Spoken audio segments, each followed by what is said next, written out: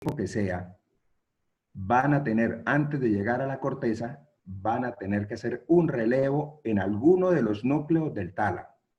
Eso es un hecho contundente y que ustedes deben preservar ese conocimiento de una manera permanente. ¿Cuál es la información que no pasa por el tálamo, sino pasa directamente a la corteza? El olfato. El olfato. De tal manera que ahí en el tálamo estará la última neurona. Bien, este es un corte sagital.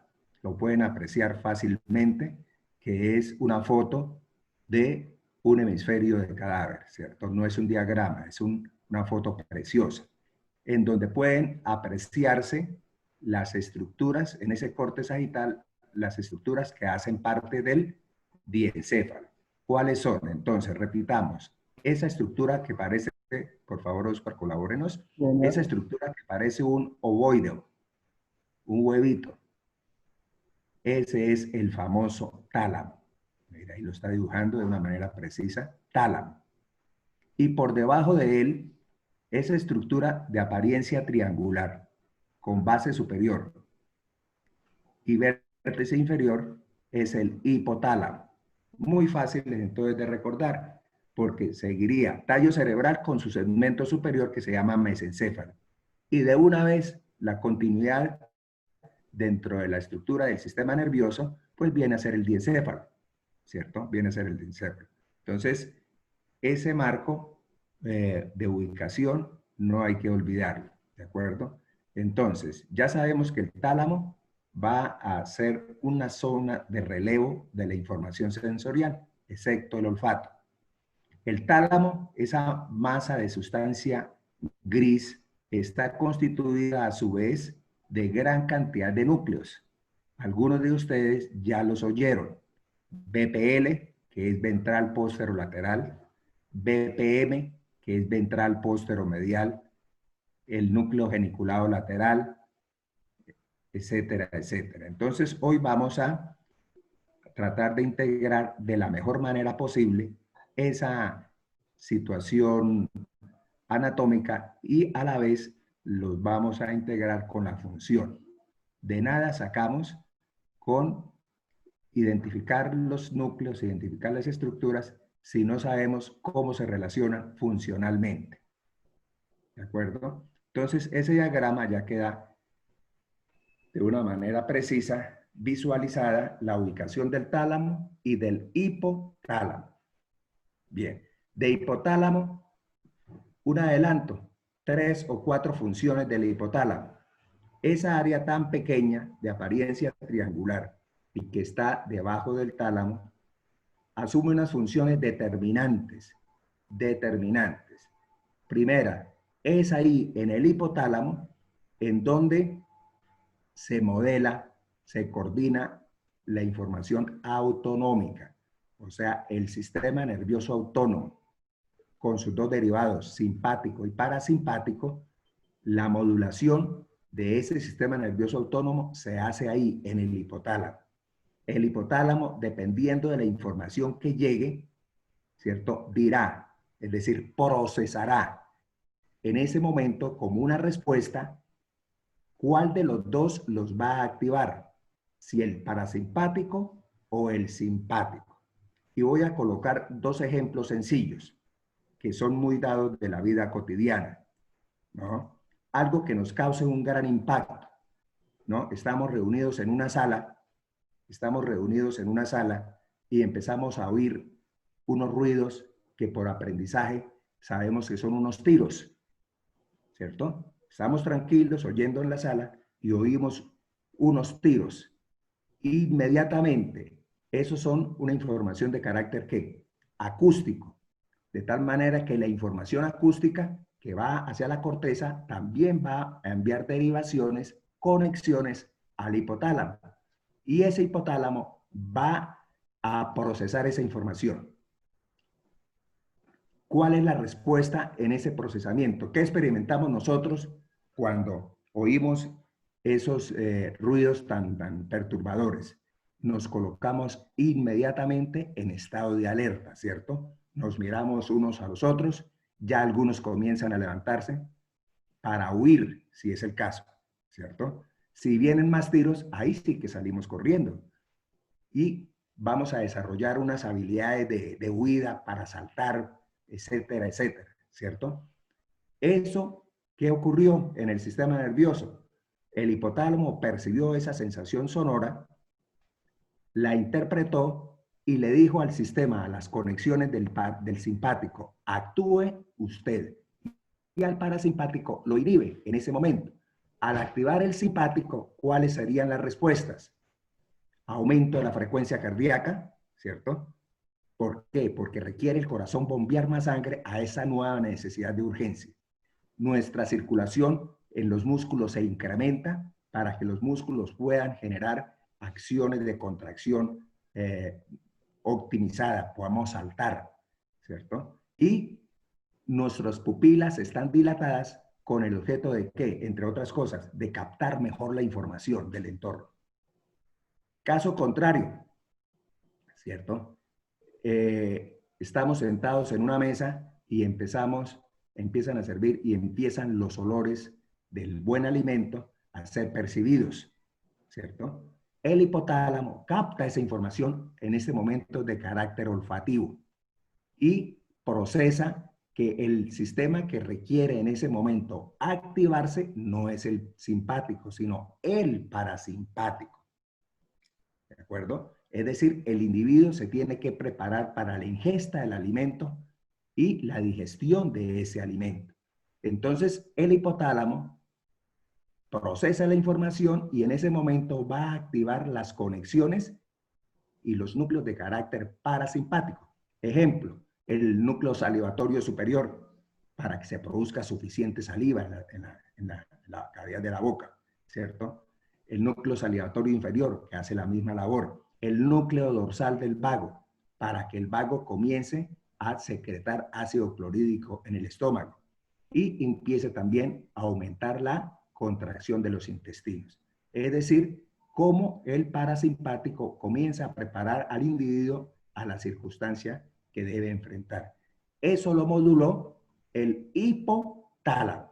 Entonces, ya el primer gran letrero de funcionalidad para esa estructura que ven ustedes ahí, el hipotálamo, es el que ejerce una modulación autonómica, es el gran modulador del sistema nervioso autónomo.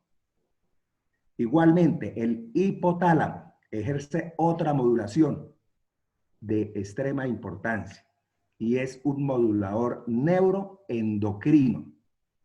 El hipotálamo, de manera directa, sobre la hipófisis o de manera directa secretando hormonas, va a intervenir en todo el proceso hormonal del cuerpo, ¿no? Y con ello, el organismo va a producir las hormonas que requiera. No debe haber una producción desordenada. Si ello ocurre, es porque hay algunas alteraciones, ¿no?, que le informan de manera inapropiada al hipotálamo o incluso una lesión hipotalámica, ¿cierto? Entonces, desde esa estructura también se va a modular la producción de hormonas, ¿cierto?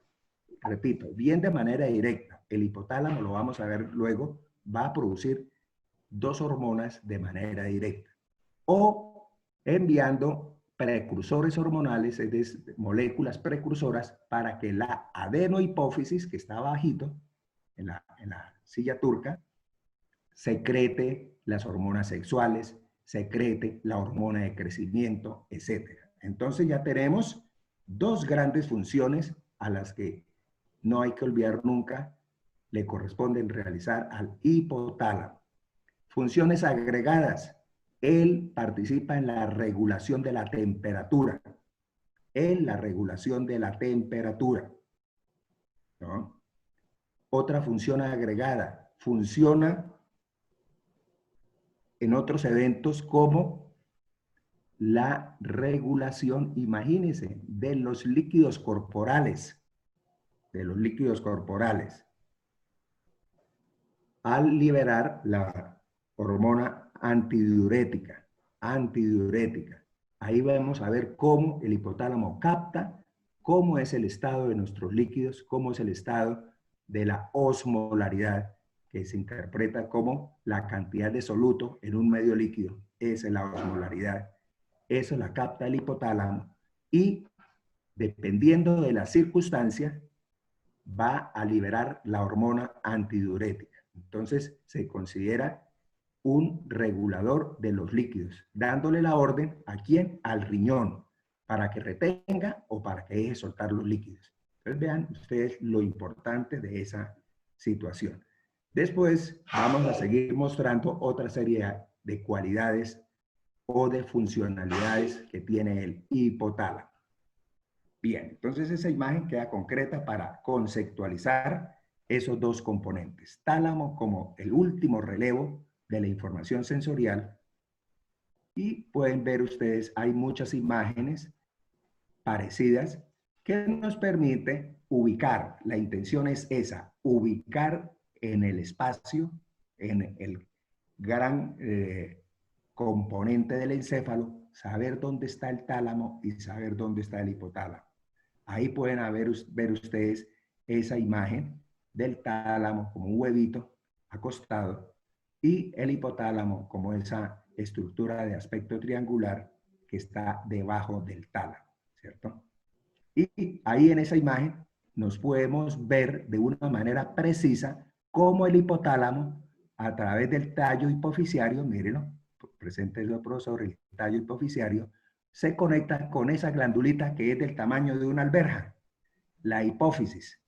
Y como la hipófisis tiene un componente glandular que está en blanco y un componente, se llama adenohipófisis porque son glándulas, adenohipófisis, y el otro componente que es continuación prácticamente del hipotálamo, que es la neurohipófisis, ¿cierto? En esa neurohipófisis van a estar los axones ya de los núcleos del hipotálamo que secretan dos hormonas, la hormona antidiurética y la hormona, ¿cuál sería la otra? Que tiene que ver con la excitación del músculo liso de los canalículos mamarios y del útero, la oxitocina, la hormona antidiurética y la hormona antitocina, oxitocina, perdón. Miramos las otras imágenes, por favor. AD es hormona antidiurética. En este corte horizontal, ¿no?, que tenemos que mirar muchos para apropiarnos, que lo que se ha hecho simplemente se coja todos los dos hemisferios cerebrales y con un corte se va haciendo la posibilidad de mirar al interior de las estructuras. Entonces, orientémonos. Está un hemisferio derecho y un hemisferio izquierdo, ¿cierto? Ahí el profesor les está dibujando tálamo, un tálamo derecho y un tálamo izquierdo. Entre los dos tálamos, ¿cómo se llama el ventrículo que se encuentra entre los dos tálamos? Esa pequeña hendidura que está entre los dos tálamos. A ver, profesor, coloquemos a alguien a preguntar. Tercer ventrículo. Sí, entre los dos tálamos, entre las paredes de los dos tálamos, hay una hendidura. ¿Cómo se llama? ¿Usted lo dijo? Sí, lo dijo el chico, tercer ventrículo. Tercer ventrículo, correcto. Entonces, entre las dos paredes del diencéfalo, tálamo y hipotálamo, es un espacio como de 2 o 3 milímetros. Vean ustedes que casi están pegaditos. Ese pequeño espacio, esa pequeña cavidad aplanada, totalmente aplanada, se llama tercer ventrículo. Entonces, eso es importante tener en cuenta ese concepto, ¿cierto? Se encuentran en la mitad prácticamente de la estructura encefálica y están delimitando el tercero de los 4 ventrículos. Bien. No sé en qué dimensión el profesor les hizo la descripción teórica del tálamo, ¿cierto? Porque hay una manera de dividirlo, que es el componente medial, el componente lateral y el componente posterior. Ese es un corte que, a ver, esos dos cortes que está mostrando, no, ese sería axial o horizontal, ¿cierto? Axial o horizontal. Ahora veamos un corte frontal o coronal. El siguiente, frontal o coronal. Mire, frontal y ese también es un corte frontal o coronal. Siguen los cortes frontales o coronales. Entonces, hay unos núcleos que son importantes reconocerlos por las conexiones que ustedes deben dominar, las más relevantes, ¿no? Las más relevantes. Por ejemplo, en ese corte frontal o coronal, ¿no? Hay una línea que divide la parte medial de la parte lateral. Observen en el anterior, si quiere, volvámonos. A ver si miramos eso. No se ve muy bien. Ahí, mire, Aquí sí se ve, profe. Oscar trata de mostrarles una estructura. Mira, ahí también se ve esa estructura, mire, que es muy importante porque hace parte de otros componentes del sistema límbico también. Entonces, el núcleo que está más adelante, en la parte más anterior, pues es nada menos que el núcleo anterior del tálamo, el núcleo anterior.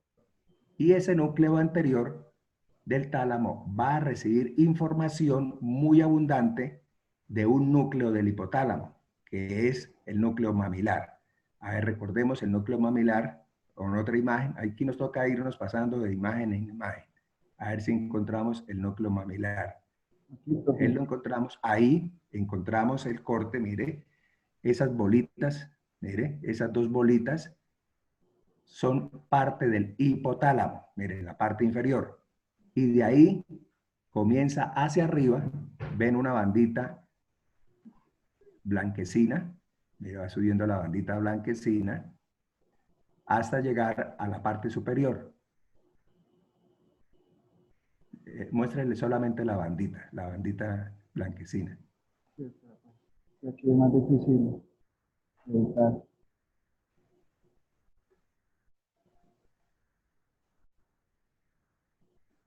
No.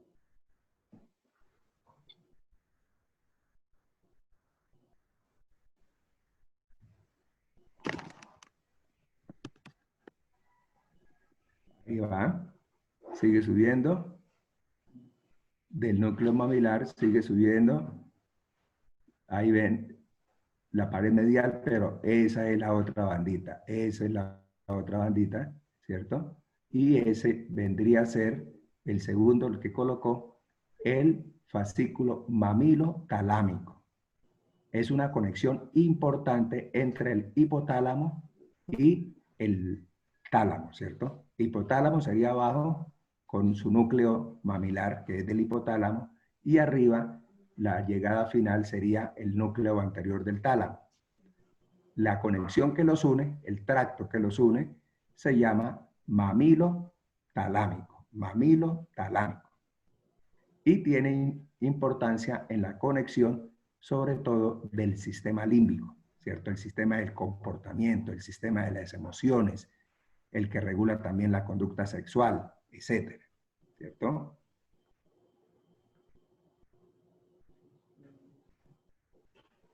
Paso a la siguiente, profe.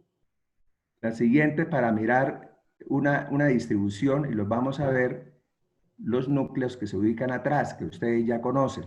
Mira, ahí pueden apreciar, ¿cierto? Los dos masas, los dos huevitos cortados en un corte frontal o coronal. El segmento superior sería el núcleo anterior y en la porción lateral hay unos núcleos que es ventral lateral y ventral anterior como núcleos determinantes, ¿no? Ventral. Si quiere, para que ellos se puedan organizar, miremos el esquema de Netter, que es el que nos permite organizarnos un poquito. Aquí, mire, es un listado. Mira, ahora sí, en ese esquema de Netter, ¿cierto? Muestra los dos tálamos, el del lado derecho y el del lado izquierdo, ¿cierto? El del lado izquierdo. Entonces, en amarillo, no hay duda, la parte más anterior es el núcleo anterior del tálamo, ¿cierto? El núcleo anterior del tálamo. Y tenemos una porción medial, ¿cierto? Por donde va la lámina medular interna, que separa la lámina medular interna, mire, lámina medular interna, separa la parte medial y la parte lateral del tálamo, ¿cierto? La parte medial, en la parte lateral, ustedes pueden ver de adelante hacia atrás, VA, ventral anterior,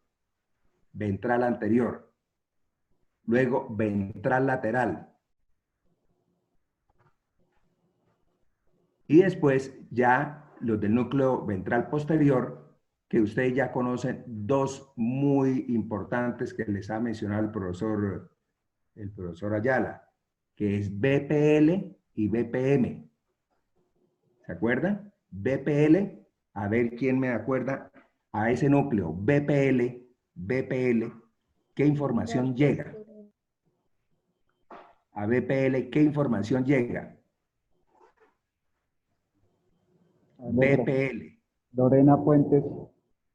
A ver, Lorena, cuéntanos a BPL, al núcleo ventral posterolateral del tálamo, ¿qué información llega para hacer conexión? Lorena.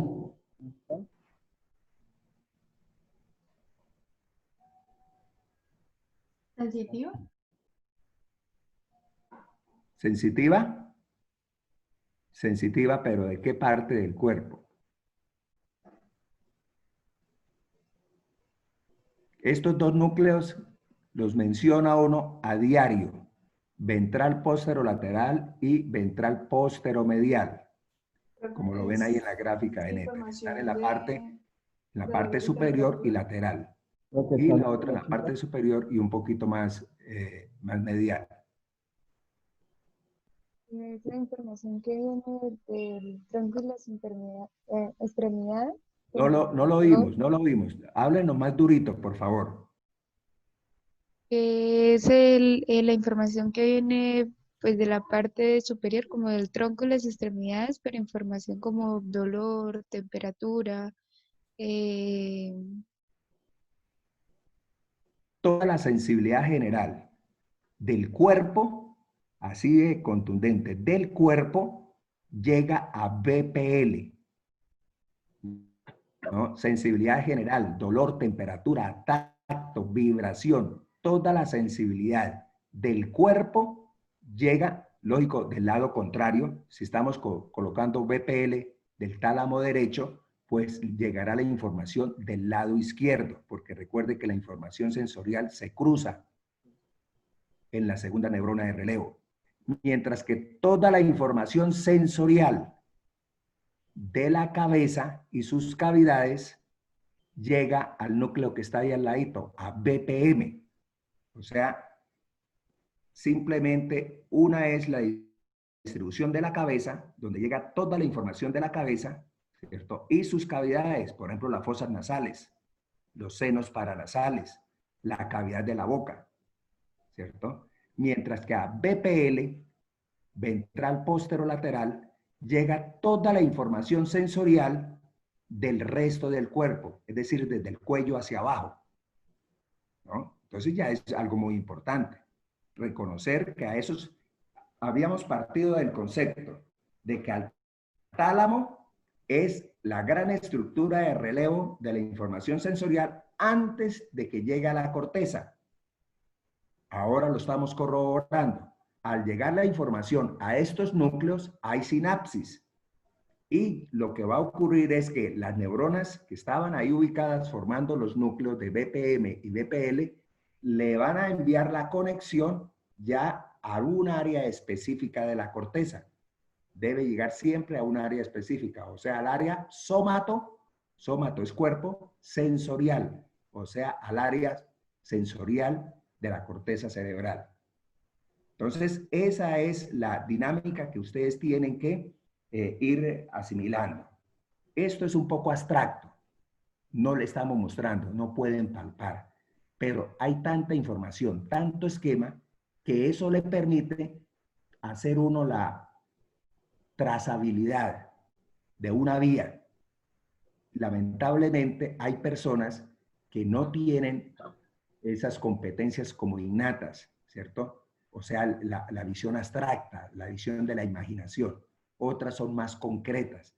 Entonces, a quienes son más concretas, les queda un poquito difícil entender estos explicaciones, porque se cuenta, estamos partiendo de descripciones abstractas, la estamos imaginando, la estamos llevando. ¿Ve? Bien, entonces hay que, cuando le queda a uno algún esfuerzo o alguna dificultad por enfrentar, la única solución que hay es hacerlo varias veces. Perseverar, jóvenes. Si ustedes no entienden, no hagan lo que hicieron muchos en el bachillerato. No me gustó las matemáticas y prácticamente ya se declaraba que antes de empezar el año lectivo, noveno, décimo, 11, ya pierdo la matemática. Es que a mí no me gusta. No, muchos no les gustaba hacer era el esfuerzo para lograr el propósito. Mientras que las personas que sí hacen esfuerzo, ¿no? Algunas se les facilita más, pero unas sí hacen el esfuerzo, logran llegar a la meta de manera correcta. Esa es una enseñanza. Bien, ustedes tienen que aprenderse eso, les guste o no les guste, porque el ejercicio profesional van a tener pacientes, en el caso de fisioterapia, donde los tendrán que rehabilitar y ustedes no van a ser simples hobanderos, por eso van a ser profesionales de la fisioterapia. Entonces van a tener que entender los procesos. No es simplemente que darle masajes o darle tal actividad de estiramientos y de calor a un paciente. Tienen que entender lo que está ocurriendo en ese paciente. Eso es lo que nos diferencia el profesional de la persona empírica o de la persona operativa apenas. Entonces, vean ustedes, esos dos núcleos que aparecen en la parte lateral del tálamo, en la parte de atrás, pero no en el puro rabito, porque eso se llama pulvinar, ¿cierto? Tiene otra connotación y otros núcleos.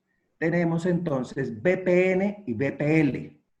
Ya sabemos que a BPL, ventral posterolateral, le llega la información sensorial de todo el cuerpo, excepto de la cabeza. A BPM le llega toda la información de la cabeza y de sus cavidades. La información sensorial, recuerden. Todo pasa por tálamo antes de ir a la corteza. Y en esa posición lateral, pero adelantico, está BL y BA. Ventral lateral y ventral anterior. Ventral lateral y ventral anterior. Son dos núcleos que tienen información de carácter motor. A esos núcleos no le llega información sensitiva, le llega de carácter motor, ¿cierto? Entonces, vean ustedes cómo va arreglando uno la bandola, como se dice coloquialmente. A BL, ventral lateral, le llega una información desde el cerebelo. Desde el cerebelo. Entonces, ¿qué ocurre? El control motor, o sea, el control del movimiento, importantísimo para el ejercicio de fisioterapia, entender cómo se realiza el movimiento, ¿cierto? El movimiento, la gran estructura que determina el movimiento voluntario es la corteza cerebral. Sin embargo, la corteza cerebral requiere de estructuras que le colaboren en ese complejo proceso. Y hay muchas estructuras que le van a colaborar a la corteza cerebral. Quizás la más importante de esas estructuras colaborativas es el cerebelo. Y para decirlo de una manera esquemática, la corteza cerebral es la que ordena el movimiento. Nosotros no movemos un dedo si no lo queremos. ¿De acuerdo? Eso es una acción voluntaria y está determinada en la corteza. Se inicia el movimiento del dedo, ¿cierto?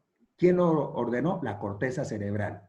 Pero resulta que la corteza tiene bastante fuerza, bastante dinámica, pero le falta una serie de atributos. Pudiéramos decir, para ser un poco esquemático, la corteza es tosca, ¿no? Es grosera. Entonces, si ella sola realizara el movimiento, desde la corteza, bajar por el tallo cerebral, llegar a la médula, en la médula hacer sinapsis y para los músculos, los movimientos serían toscos, no tendrían adecuada medida, ¿no? No podrían tener una adecuada acción-reacción, que eso lo vemos nosotros. Nosotros podemos frenar, parar, seguir, etc. Entonces, ¿qué le toca a la corteza? Como todo en este mundo, asociarnos, relacionarnos, colaborarnos. Y la corteza, entonces, tiene estructuras que le van a colaborar, que le van a modular para que ella haga los correctivos, haga los ajustes. Uno de ellos es el cerebelo. Entonces, ya el profesor Jaime Otoniel debió haberles mencionado que hay muchas fibras que se originan en la corteza, ¿no? Y van a estructuras inferiores, no necesariamente a la médula. Por ejemplo, los núcleos pontinos, los núcleos que están en el puente, en la protuberancia. Esos núcleos son núcleos de relevo. ¿De qué información? De una información de la corteza cerebral a el cerebelo. De tal manera que la corteza inicia el movimiento y es cuestión de milisegundos. Imagínense, dividan un segundo en 1000 veces. Me parece un instantáneo, ¿cierto? En cuestión de milisegundos, la corteza cerebral le informa a la corteza del cerebelo cómo es el movimiento para que él le ayude a modular un poquito más, un poquito menos, más velocidad, más medida, etcétera, ¿cierto? Y lo hace a través de una vía que ya de pronto algunos de ustedes ya la oyeron mencionar. Corteza es córtico, córtico ponto quiere decir que va, la primera vía va de la corteza a los núcleos del puente. Y del núcleo del puente, o protuberancia, puente o protuberancia es lo mismo, va a ir al cerebelo. Entonces se desarrolla esa vía córtico-ponto-cerebelosa. ¿Y cuál es el propósito de esa vía? El propósito de esa vía es la corteza cerebral informarle a su gran colaborador, al cerebelo, sobre el movimiento. ¿Qué hace el cerebelo? Recoge esa información, la procesa y sus opiniones, colocando entre comillas, estamos hablando de una manera gráfica, ¿cierto? Sus opiniones se las devuelve a la corteza para que ella module, para que ella ajuste. Entonces sale un fascículo que se llama dento-rubro talámico.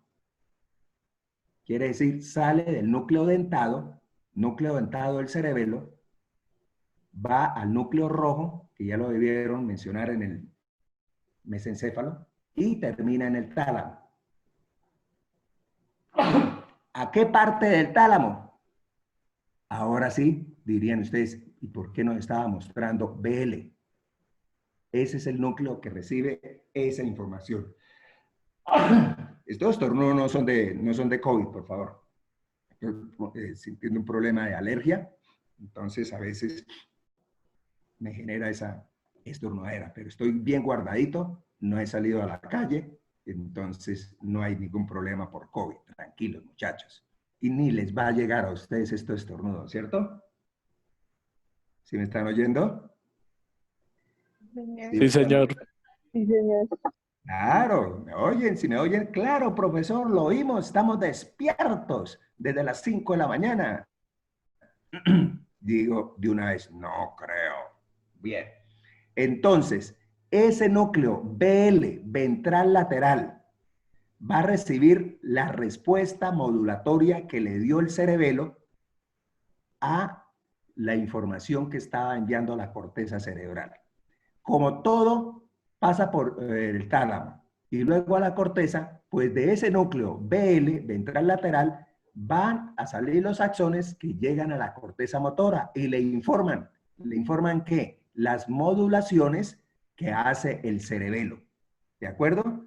Y así se establece un circuito permanente, un circuito reverberante de continua estimulación, en donde la corteza le informa al cerebelo, el cerebelo procesa y le envía rápidamente, en cuestión de milisegundos, recuerden. Esto se hace parcelado como para entender, pero la acción es casi instantánea. Entonces, Ya tenemos que BPL, a ver, alguien me dice que llega a BPL, para que vayamos repasando y que se nos vaya quedando qué llega a cada núcleo del tálamo. Información sensorial del cuello hacia abajo. Exacto, toda la sensibilidad, desde la propiocepción, ¿no? Que llega por el lenisco medio, antes era gracilis cuneatus, hace sinapsis y se forma el lenisco medio. El núcleo, a ver, dos fascículos que vienen de la médula. A ver, esa sería una preguntita. Ahí le pongo la flechita y le digo, ¿cuáles son los dos fascículos que ingresan o conectan con ese núcleo? Y vienen de la médula. A BPL, dos fascículos que vienen desde la médula, subiendo, llevando información. A ver, les doy pistas. Uno que lleva dolor y temperatura. ¿Cómo se llamará? Uno que lleva esa información, la información de dolor y la información térmica, de cualquier parte del cuerpo. Va por un fascículo que va por la médula y va por el tallo. Llega a ese núcleo, al núcleo ventral posterolateral.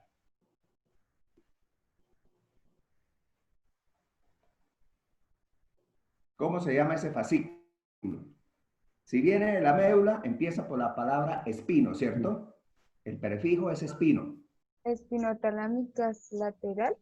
Exacto, mija. Espino talámico lateral. Dolor y temperatura por el lateral. Entonces ahí ya la placa de la moto. DTL. Dolor, temperatura por el lateral. ¿A dónde llega? Al BPL. Ahora a BPM. ¿Quién llega? Ya sabemos que llega la información de la cabeza. ¿Cómo se llama el fascículo que lleva toda la información sensitiva de la cabeza? Tiene que ver con el par craneal que recoge la información de la cabeza y sus cavidades. ¿Cuál es el par craneal que hace esa función? Hace sinapsis en el tallo y el fascículo adquiere el mismo nombre del par craneal. Quinto par craneal, como se llama. Trigeminal. Trigeminal.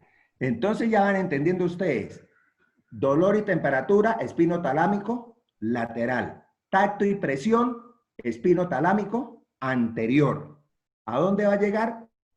A BPL, o sea, el núcleo ventral posterolateral del tálamo. Ahora, al ladito está toda la información de la cabeza que va a ascender, lo dijo alguien de manera correcta, por el fascículo trigeminal, que lleva toda la información derivada de áreas de la cabeza. ¿Ve? Y ahora ya tenemos el otro, BL, que es ventral lateral. Ese núcleo ventral lateral, recuerden, llega al fascículo dento, porque hay un núcleo del tálamo del cerebelo que se llama núcleo dentado. Entonces, por eso se llama dento. Hace una estación o manda una colateral al núcleo rojo, que está en el núcleo rojo, ¿dónde está? En el mesencéfalo, ¿cierto? Y finalmente llega al tálamo. Entonces, ese gran fascículo se llama dento rubro talámico. Dento rubro talámico. ¿A dónde llega el fascículo dento rubro talámico? Al núcleo ventral lateral, el que está ahí en el dibujo, ventral lateral. Finalmente está ventral anterior. Ventral anterior. Mire, ventral anterior. También es un núcleo de modulación motora, ventral anterior. Y ese ventral anterior recoge información del núcleo lenticular.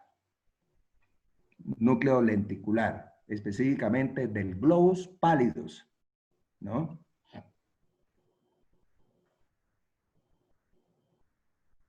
Entonces, la información del globus pallidus, ¿no? Que lo llaman algunos fascículo lenticular, llega al núcleo ventral anterior, ¿no? Y del ventral anterior, pues también va a devolverse hacia la corteza. O sea, a la corteza motora le ayudan muchas estructuras. Ya hemos nombrado cerebelo. Ahora los núcleos basales también le ayudan a modular los movimientos para que sean finos, para que sean precisos, para que no se realice temblor al momento de ejecutarlos, etcétera. O sea, el control motor, o sea, la actividad motora es supremamente compleja, supremamente compleja. Bien, Finalmente tenemos unos núcleos de la colita, como si el tálamo sacara ahí la colita para que se la vieran, mire, ¿cierto? Mire aquí en la parte posterior, mire la colita ahí, la colita. Esa colita se llama pulvinar, ¿cierto? Pero ahí en la parte inferior hay dos núcleos supremamente importantes, que es el núcleo geniculado lateral y el núcleo geniculado medial. Mira, ahí está en el dibujo. Geniculado lateral y geniculado medial. ¿De acuerdo? En el núcleo geniculado lateral hace sinapsis la información visual, la que viene desde la retina, ¿cierto? Va a hacer sinapsis ahí en ese núcleo geniculado lateral. Está en la parte más posterior y bajita del tálamo, ese huevito que es tálamo, ¿cierto? Entonces lleva información visual. De ahí, ¿para dónde va el relevo? Pues para el área visual de la corteza cerebral, porque recuerden, toda la información antes de llegar a la corteza tienen que hacer relevo por el tálamo, excepto el olfato. Ahí no hemos colocado a ningún núcleo, ¿no? A ningún núcleo le hemos dado que llegue algo de olfato. Entonces, cuerpo geniculado o núcleo geniculado lateral es relevo de la información visual. Y está al ladito, pero hacia adentro, el núcleo o cuerpo geniculado medial. A ver, ¿qué información llega al núcleo o cuerpo geniculado medial?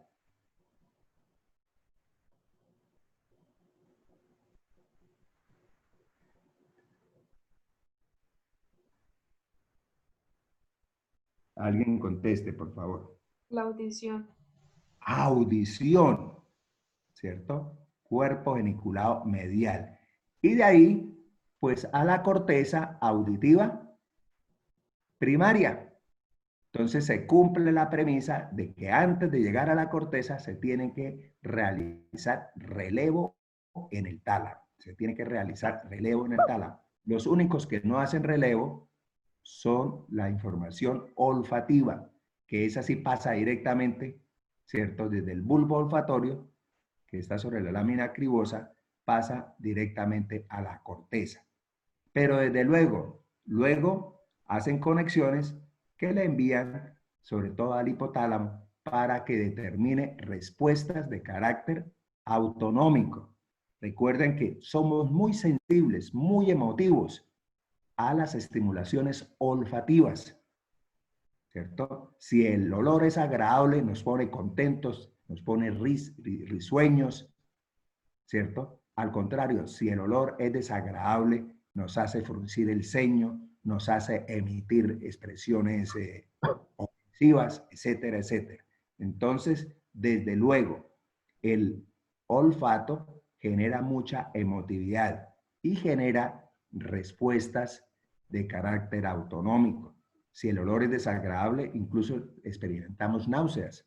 Es una reacción netamente neurovegetativa, ¿cierto? Que a veces no podemos voluntariamente casi controlar.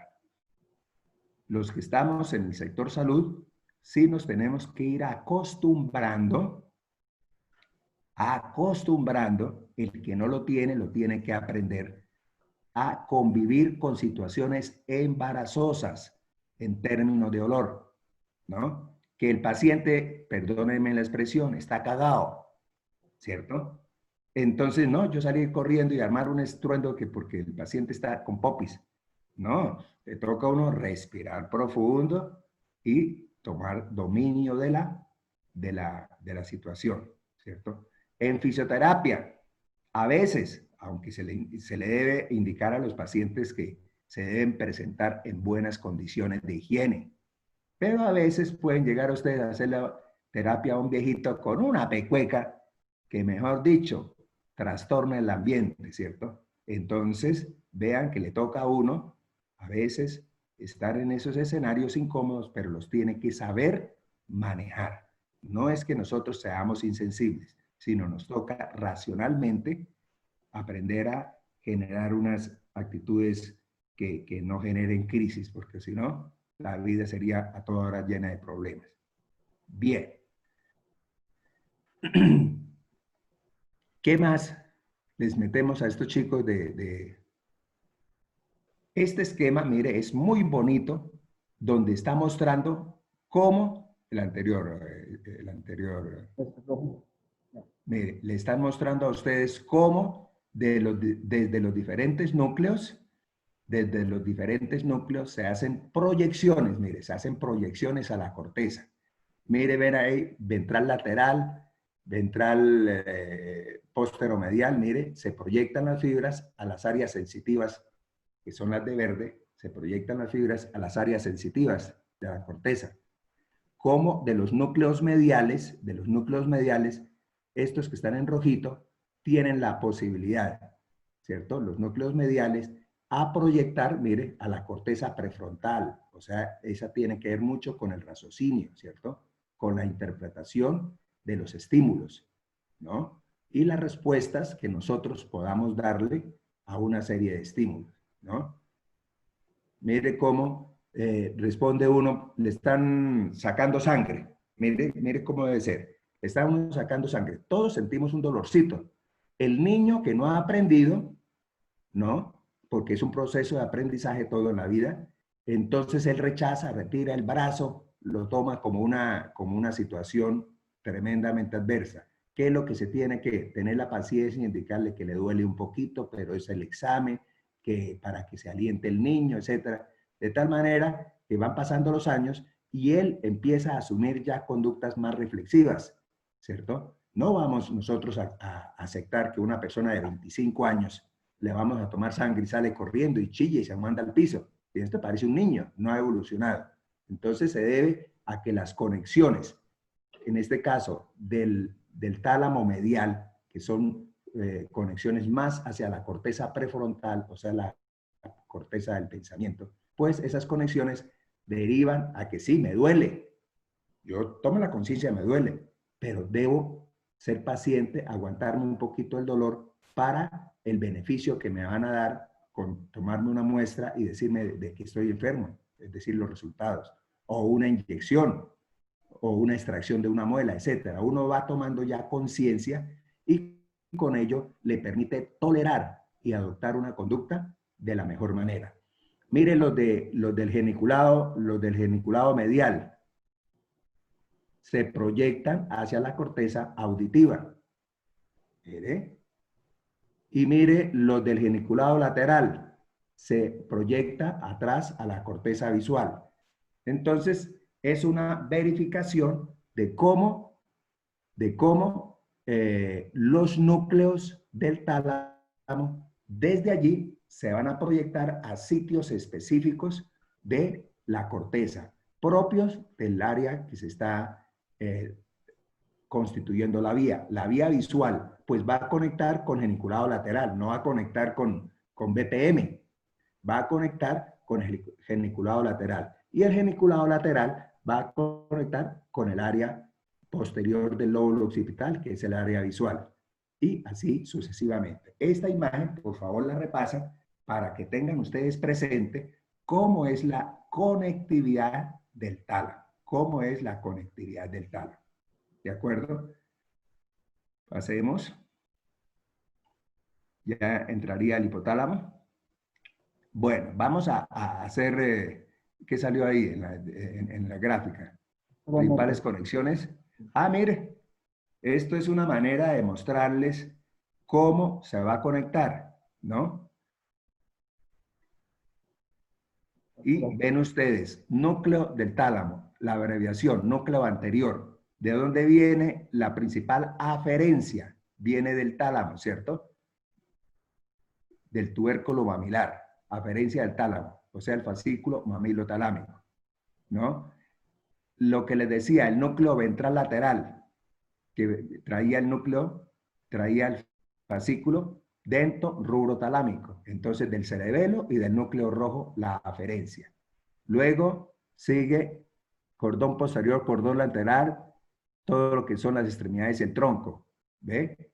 Va a llegar al núcleo ventral posterolateral, o sea, toda la información sensitiva, ¿cierto? Que lo hacen a través de espino talámico lateral, espino talámico anterior y el lemnisco medio que llevaba la información de gracil y coneatus.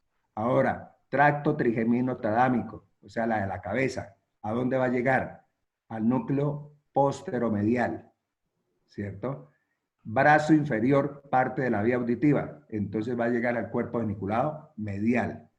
Y el tracto óptico al cuerpo geniculado lateral, ¿cierto? Después que llegan a esos núcleos, la siguiente imagen nos está diciendo a qué parte de la corteza llega, ¿cierto? Entonces, del núcleo anterior, la información va a ir al giro del cíngulo, que eso hace parte de la corteza cerebral del sistema límbico, ¿cierto? Luego, del núcleo ventral lateral, va a llegar a la corteza premotora. Luego, los núcleos de BPL, va a llegar al gyrus postcentral, o sea, la corteza somatosensorial. Luego, el del núcleo ventral posteromedial, o sea, también lo de la cabeza, va a llegar al gyrus postcentral, o sea, la corteza sensitiva. La información de la vía auditiva, pues va a llegar al área de la corteza auditiva, ¿cierto? Que está por debajo de la cisura lateral. Y finalmente, la que llega a la información del tracto óptico que llega al cuerpo genicular lateral, pues va a llegar a la corteza visual. Esa es resumen, miren cómo hay que ir cogiendo. Les vamos a dejar incluso, Oscar, no les borre estas cositas, esas las podemos mantener, ¿cierto, Oscar? Pues esto En la presentación. La presentación, pues yo ya se la subí, pero las marcas que le hemos hecho, no. ¿No quedan? No, no quedan, se borran cuando termine. Ah, bueno. Pero, entonces, por favor, tengan atención. El dibujo anterior, la imagen, ¿Este? la anterior. Ya. Esa, mire, era de una manera gráfica a lo que le estábamos mostrando en el texto, ¿cierto? De cómo las llegadas y las salidas de los núcleos del tálamo,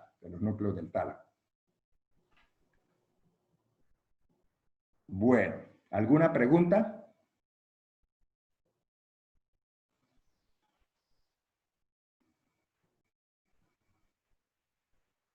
Para pasar a hipotálamo. Hipotálamo.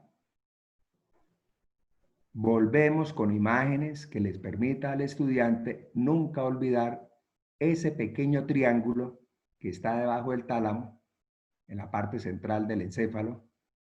Aquí lo dibujan de una manera muy concluyente, color verdecito, y es el famoso hipotálamo. Hipotálamo.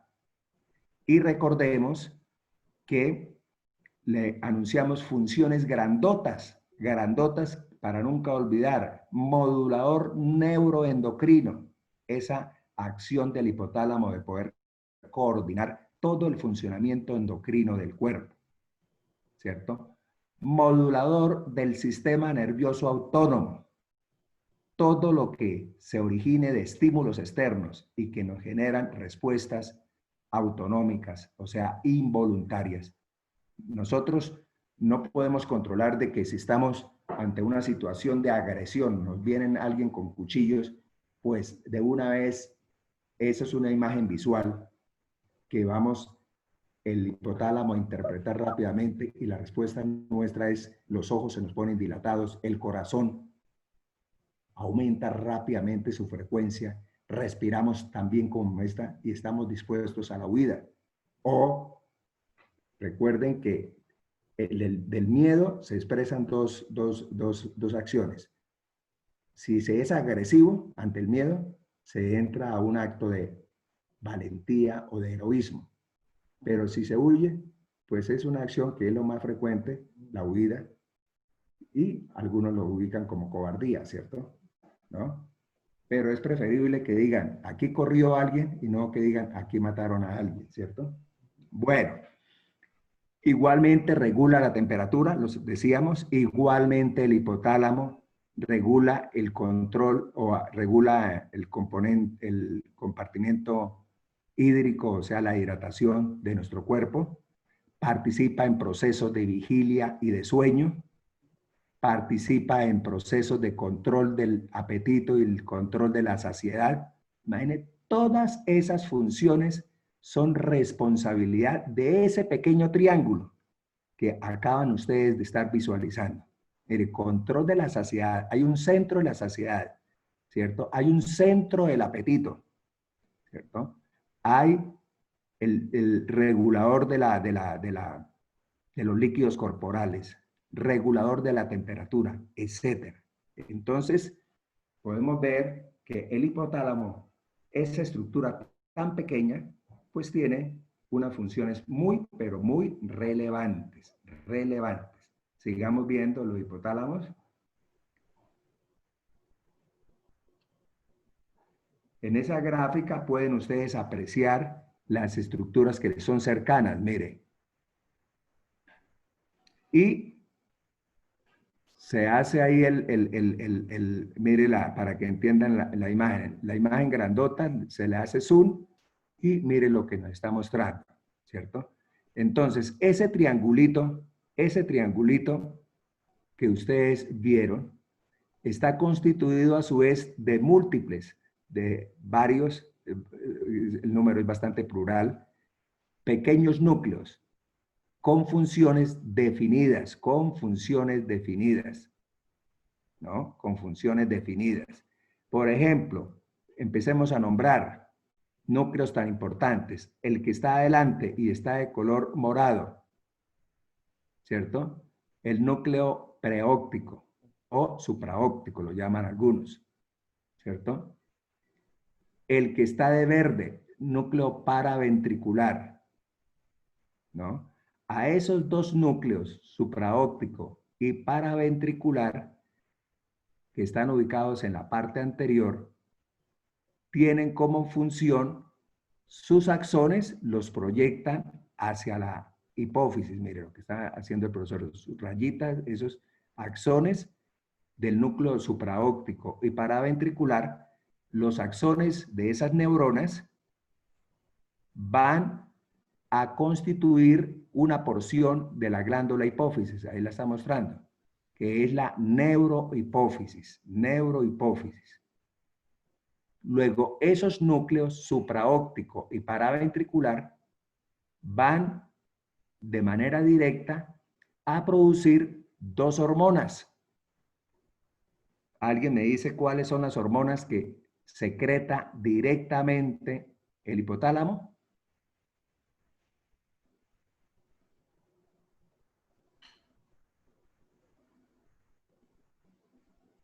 ¿Cuáles son las hormonas? La antidiurética y la oxitocina. Oxitocina, una. ¿Y la otra? Antidiurética. Hormona antidiurética.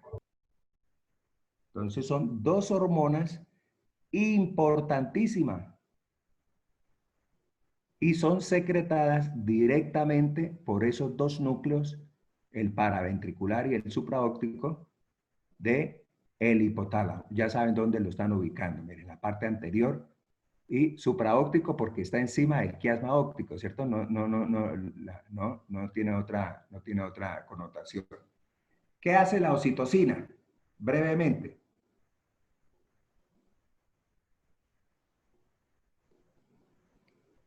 ¿A qué asociamos la oxitocina?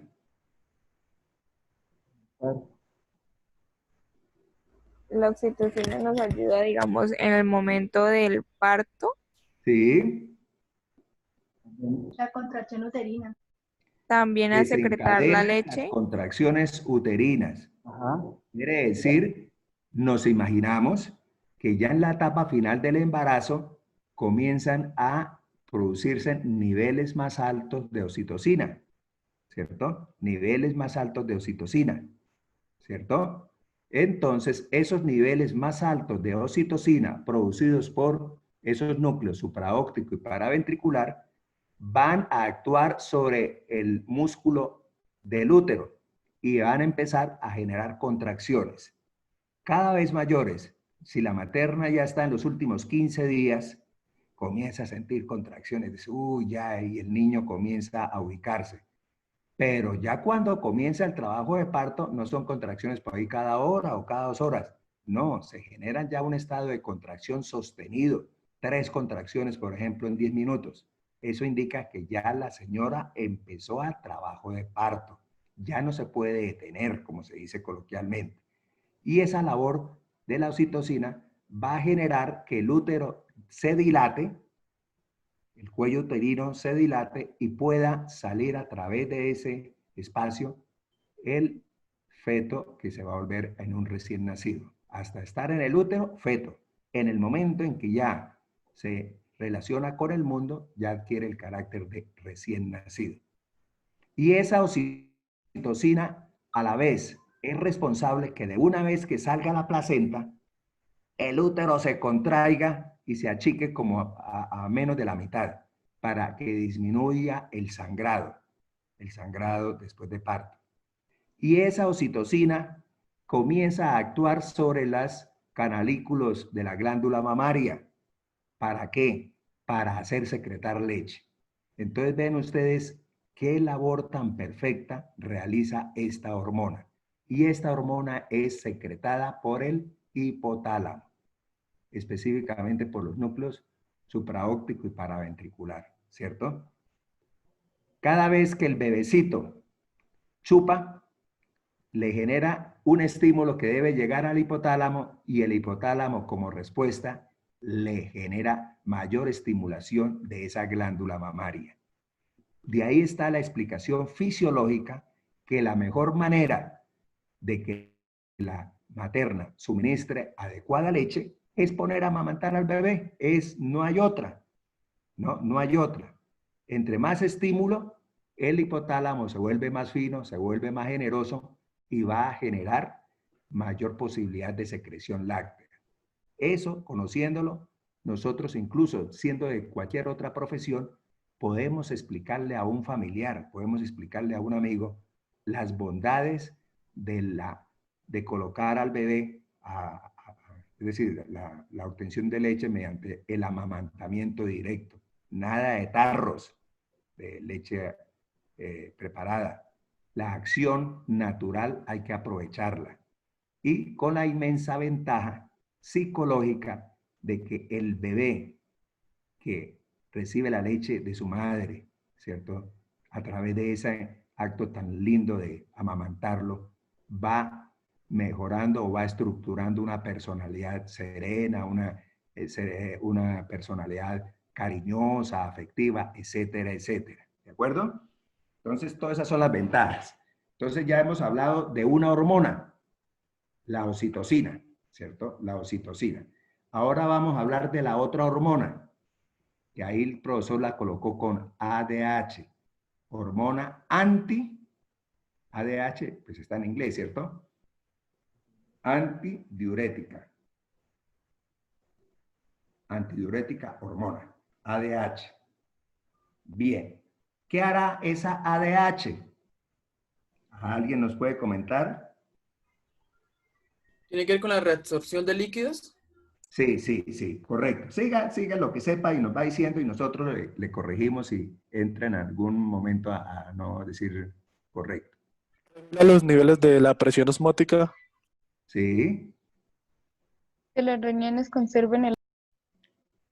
Entonces, el hipotálamo es un sensor. Imagínense, para poder hacer esa función es porque tiene sensores. Sus células de ese núcleo supraóptico y paraventricular tienen la capacidad de sensar, como cuando coloquemos en inteligencia artificial. Hay un dispositivo que capta el humo, que capta la temperatura. Igual allá, esos núcleos van a captar el nivel de osmolaridad que tiene la circulación capilar. Ahí ya van a pasar, son capilares, ¿cierto? Y son capaces de captar esa osmolaridad. Recuerden que la osmolaridad está medida por el nivel de solutos en un medio líquido, ¿cierto? Entonces, captan la osmolaridad, ¿no? Y dependiendo de esa osmolaridad, por eso una de las funciones del sistema nervioso es procesar. recibe la información, ¿cierto? Dice, está hiperosmolar o al contrario, está hipoosmolar, ¿no? Y dependiendo de esa condición, procesa para generar respuestas.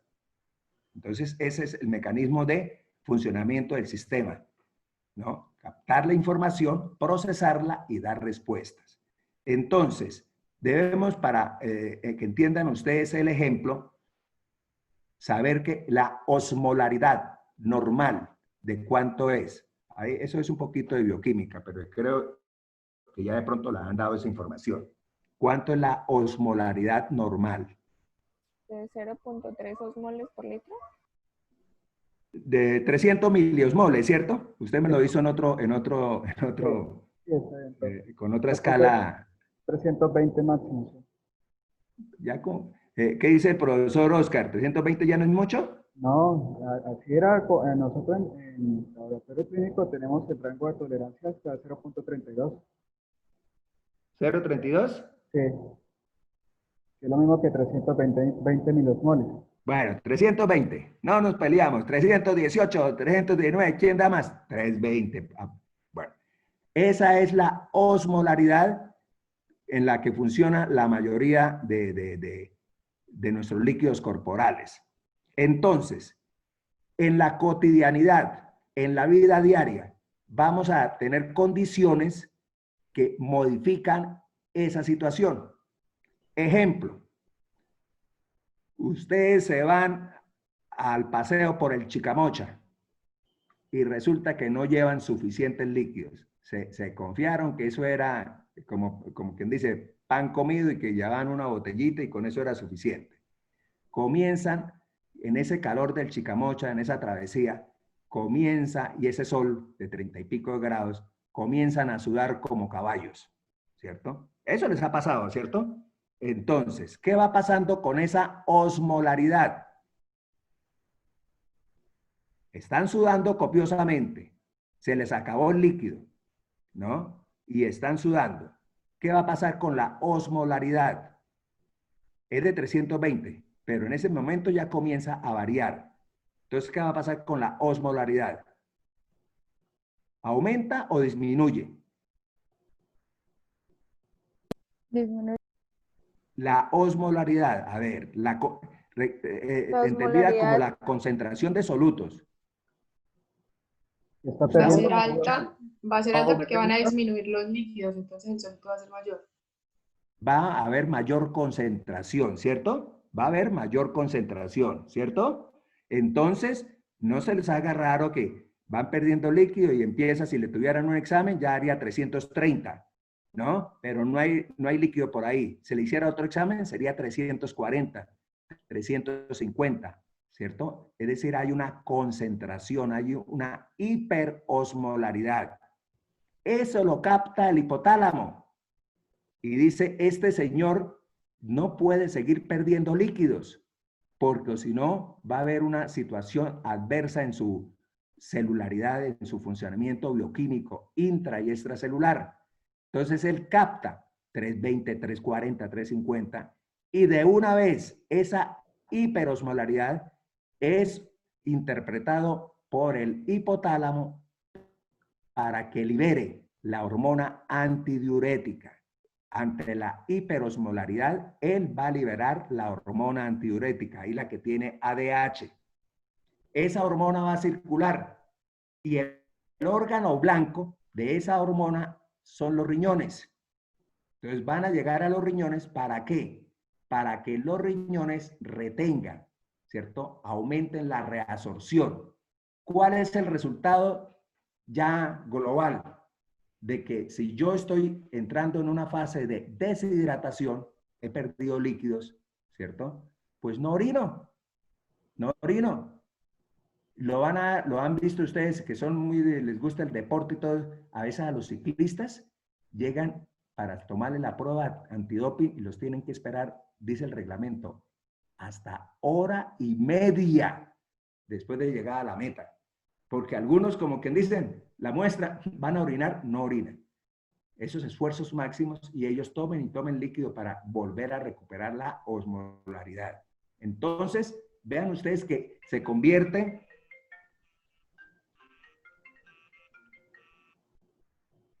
Pirinito, lo vuelvo a llamar que estoy en clase. Bueno, Pirinito, chao. Una llamadita inoportuna. Bueno, entonces, eso se convierte en un mecanismo de equilibrio corporal. Ahora, el siguiente ejemplo, para que sepan cuando hay hipoosmolaridad. Hipoosmolaridad. Ejemplo, ¿quién de ustedes no se ha pegado 4 cervezas? Bueno, algunas no, ¿cierto? Pero el ejemplo se lo estoy colocando. Nos vamos, tomamos una cervecita, viene la siguiente cervecita, ¿no? Estamos metiéndole ya casi 1 litro de líquido a nuestro cuerpo. Otra cervecita, ¿no? Ya le hemos metido 1,5 litros. ¿Qué está pasando con la osmolaridad? A ver, ¿quién me explica? Está disminuyendo porque nuestro Está volumen está disminuyendo, aumentando. entonces vamos hacia el 300, hacia el 290, se mete otra cervecita, ¿cierto? ¿Y qué hace el que se mete ya 4 cervezas? ¿A dónde lo ven ustedes que se para de la mesa y para dónde se va? El baño dan ganas de Baño. vomitar. ¿Qué ha ocurrido en ese hecho? Pues la osmolaridad con la ingesta de ese líquido ha disminuido, ¿cierto? Y ante la hipoosmolaridad, la hormona antidiurética se inhibe, ya no se secreta. Entonces, todo lo que pase por riñón, pues no se reabsorbe, se orina para buscar el equilibrio, siempre buscando el equilibrio, ¿no? Llega el tipo a no tomar más cerveza, pues al ratico ya deja de orinar, ¿cierto? Ya deja de orinar porque comienza a nivelarse, con lo que orinó ya se nivela. Entonces vean ustedes lo importante que es ese mecanismo, ¿cierto? Ese mecanismo de regulación de los líquidos entre el hipotálamo, el que sensa, el que da la orden, el que genera la hormona, y el órgano diana, el órgano que obedece, que es el riñón, ¿no? Entonces, vamos verificando cómo desde la anatomía podemos entender fácilmente los procesos fisiológicos, los procesos de regulación de nuestros sistemas corporales, y a entender cómo, si no hay una posibilidad de regulación, pues ocurre una enfermedad, ¿cierto? Por X o Y razón, ¿cierto? Bien. Hay otros núcleos. Ese núcleo que está ubicado en la parte posterior, que es el núcleo mamilar, Muy fácil de identificar. Núcleo mamilar, mira, ahí está, muy fácil de identificar, ¿no? En cualquier corte, profesor, pasemos otra imagen para que recuerden el núcleo mamilar del tálamo. Están atrás. Ahí lo tenemos en ese corte, mire, como 2 bolitas, el núcleo mamilar del tálamo. Uno derecho, otro izquierdo. Veamos otra imagen para que recuerden siempre el núcleo mamilar del hipotálamo.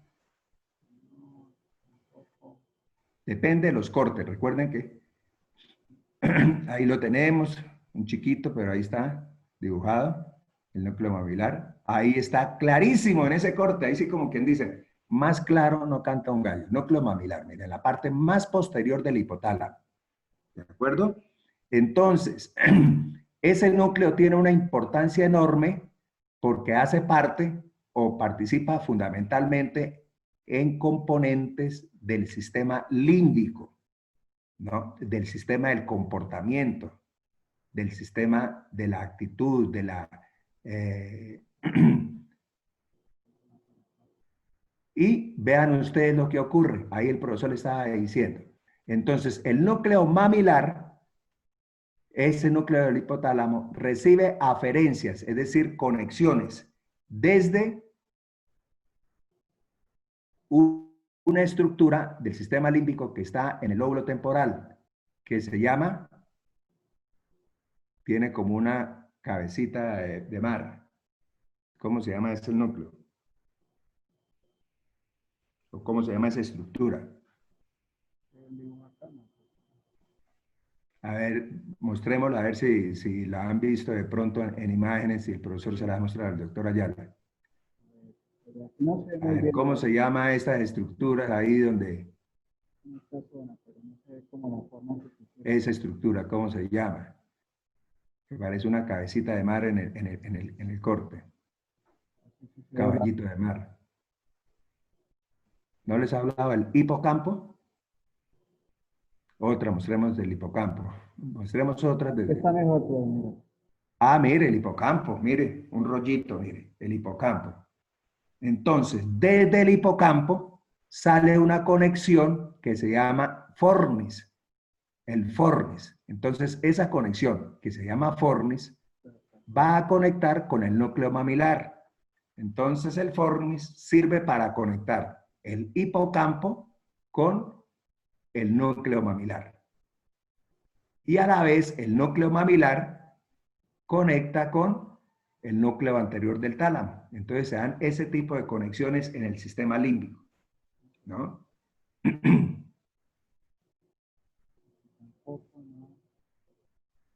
Ahí ven cómo el cuerpo, el núcleo mamilar va a conectar con el núcleo anterior del tálamo. Y el núcleo anterior del tálamo conecta a su vez con la corteza del cíngulo, ¿cierto? Entonces, son núcleos que están en el hipotálamo, ¿cierto? Aquí, por ejemplo, se están mostrando de manera esquemática para que ustedes tengan presente y esa presentación ustedes acceden a ella de una manera resumida cuáles son los núcleos y hacia dónde se orientan, ¿cierto? Por ejemplo, miremos el resumen. Veamos el resumen, la otra imagen. La de los Mire, ahí en el resumen, mire, están mirando. No, eso ya era la parte anterior. Más adelantico, Oscar. Mire, observen claramente, mire. Pero deténgala ahí. Mire el núcleo mamilar. Mire, el núcleo mamilar que está en rojo, su conexión importante es hacia el núcleo anterior del tálamo. Y esa conexión se llama fascículo mamilo-talámico. También va a enviar proyecciones de carácter parasimpático, va a enviar conexiones al tallo cerebral, ¿cierto? Mire el núcleo paraventricular, lo que les acababa de mencionar. Si ustedes ven esta grafiquita, se les va a permanentemente a recordar, mire. Núcleo paraventricular y el núcleo supraóptico son los que envían sus axones hacia la hipófisis. El resto de núcleos van a enviar los axones, van a hacer conexiones, pero de carácter hormonal con la adenohipófisis, generando moléculas precursoras de las hormonas de la adenohipófisis, como la hormona del crecimiento, la hormona tiroidea, ¿no? La hormona adrenocortical, etc. Miremos otras imágenes. La misma. Más claro, mire, está mostrando núcleo paraventricular, núcleo supraóptico, mire, cómo sus axones van a formar la neurohipófisis, mientras las demás, ¿cierto? Van a tener los demás núcleos que vertir sus sustancias y el sistema venoso portohipofisiario le va a recibir esas sustancias para que los núcleos de la adenohipófisis produzcan las hormonas hipofisiarias, ¿cierto? Hormona de crecimiento, hormona tiroidea, hormona adrenocorticotrópica, ¿cierto? Que son, y las hormonas sexuales. ¿Cuáles son las hormonas sexuales? A ver, son dos. ¿Cuáles son? Que son producidas por la adenohipófisis, pero por moléculas generadas o estimulantes precursoras generadas por los núcleos del hipotálamo. ¿Cuáles son las hormonas sexuales?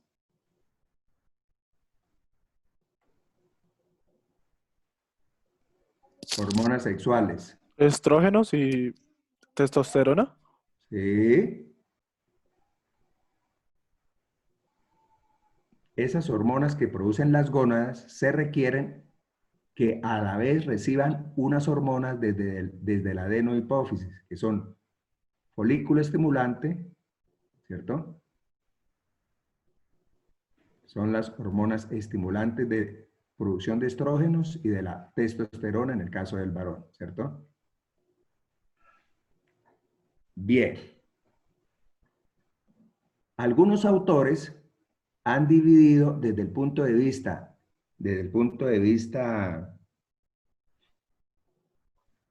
autonómico, han dividido al hipotálamo en dos sectores, un sector anterior y un sector posterior. Es como si ustedes pasaran una raya, ¿cierto? El sector posterior y el sector anterior, para darle la connotación que un sector genera procesos de carácter simpático y otro sector genera procesos de carácter parasimpático, ¿no?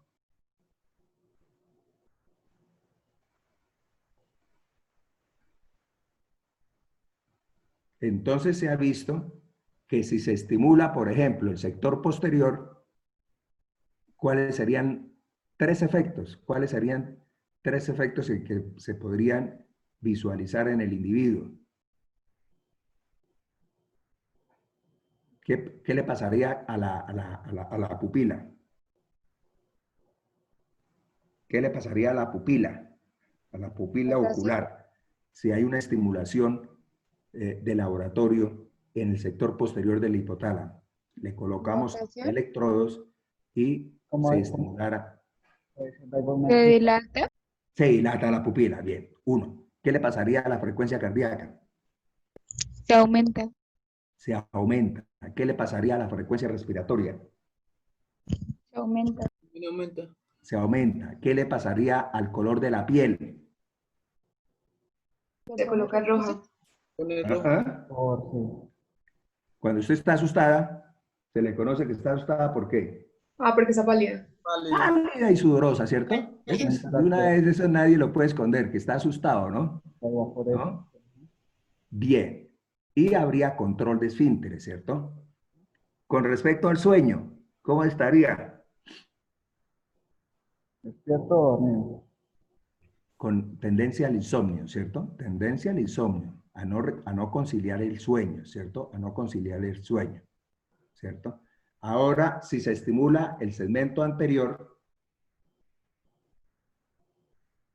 ¿cuáles serían los efectos que podría uno indicar? La pupila Constreñida.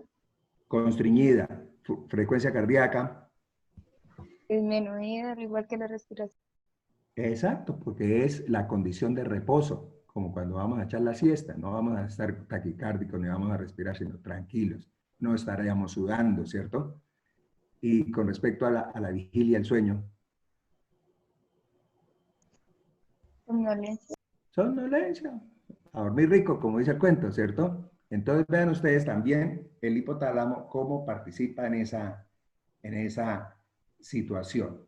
Luego, esos estímulos interpretados simpático y parasimpático, el hipotálamo no se puede dejarlos ahí, ¿no?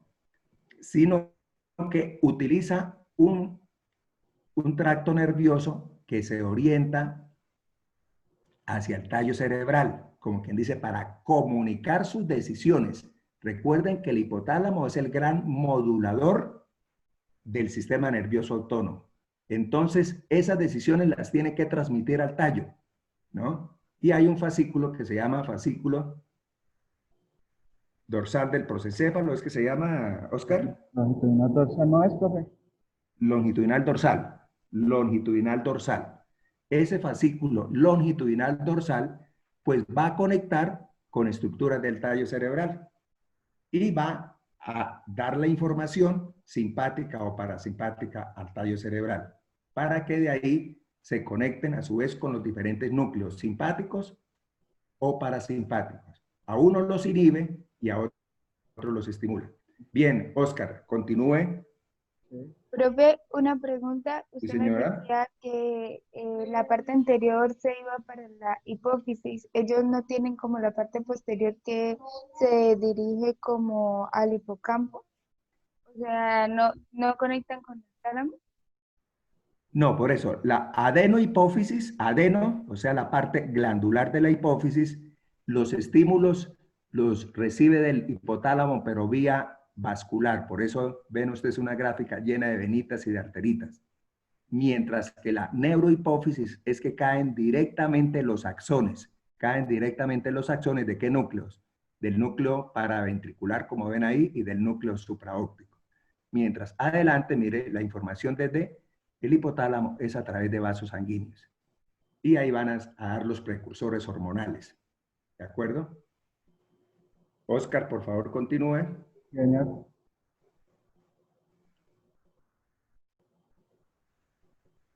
Entonces, aquí termina, profe. Entonces, continúa con corteza cerebral. Yo creo que más bien es esto reforzar lo que hemos visto, Oscar. Okay. ¿Cierto? Sí. ¿Les parece, muchachos? Sí, Y en profe. la siguiente vemos corteza cerebral. Y aquí termina. Aquí está el resumen de por sí de las regiones del hipotálamo. Entonces, como estábamos hablando, a nivel de lo que es la región anterior, pues habíamos hablado de que precisamente a nivel autonómico tiene que ver con funciones que son de índole parasimpático. Entre esas, pues, cuando estamos hablando de índoles parasimpáticos, nosotros buscamos conservar la energía. Y aquí, pues, nosotros buscamos conservar lo que es la temperatura corporal. Profe Oscar, Dígalo. profe, se le escucha muy lejos, como entrecortado. Pero a ver, ¿es que estoy en otro lugar? Aló. ¿Y ahí me escuchan mejor o no? Aló. Aló. ¿Sí me escuchan ahí o no? Sí, se escucha un poquito mejor, pero igual se escucha muy, muy lejos. Entonces, estábamos hablando de una región anterior y una región posterior, ¿sí? Aquí pues tenemos un resumen de los diferentes núcleos que están a nivel del hipotálamo. Entre ellos pues están aquellos que están en la región anterior, que pues ya hemos visto que funcionan como índole parasimpático. Cuando hablamos del parasimpático, pues tiene que ver con la conservación de la energía. En ese sentido, nosotros cuando buscamos estar en ese estado, nosotros buscamos la regulación de la temperatura corporal, ¿sí?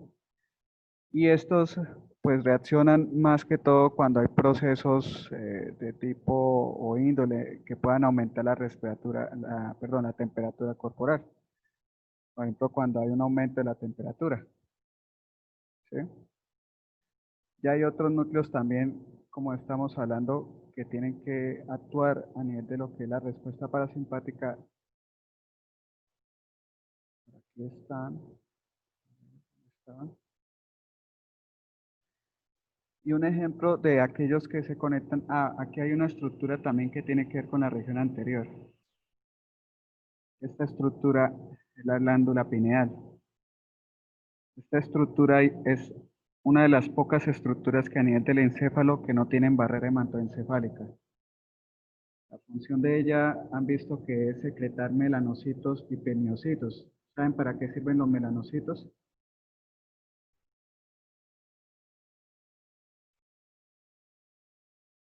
Chicos, estudiantes, ¿saben para qué sirven los melanocitos? No, profe. ¿No lo han escuchado ninguno? Los melanocitos sirven para también lo que es la inducción del sueño. ¿Han escuchado de la melatonina? ¿Sí? ¿Han escuchado de la melatonina? Que la venden por ahí que dicen melatonina para poder dormir.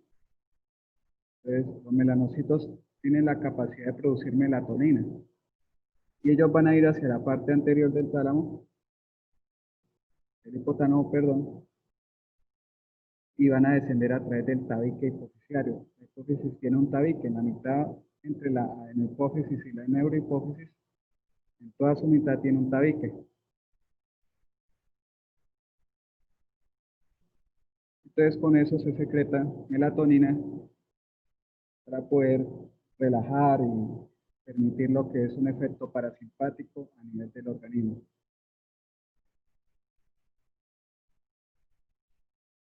También vamos a tener entonces una región posterior o anteromedial.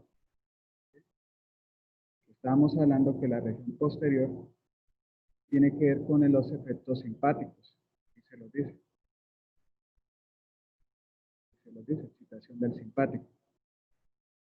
Y si usted tuviera una lesión de esta zona, usted podría llevar a lo que es a la hiperfagia.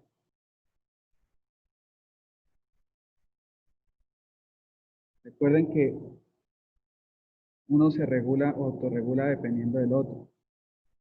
El parasimpático busca lo que es el anabolismo.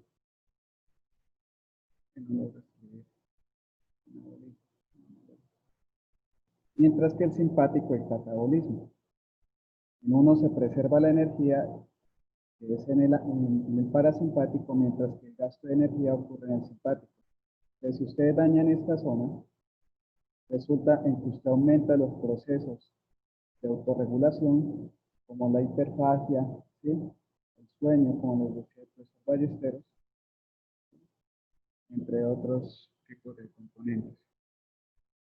Los supraópticos o paraventriculares, ya la hemos hablado, que son los que se dirigen hacia la neurohipófisis, que eran los que habíamos visto en esta gráfica, estos dos, que tienen que ver con la secreción de la oxitocina y de la aldosterona, de la antidiurética, perdón, es el otro nombre que recibe es aldosterona. Y aquí están hablando de los anteriores. Pues, entre otras estructuras que podemos relacionar a este nivel, aquí podemos ver cómo lo que es la zona del hipotálamo tiene una estructura anterior, que es esta, que es la comisura blanca anterior. Aquí estaría la comisura blanca anterior, específicamente esto. ¿Se han escuchado la comisura blanca anterior?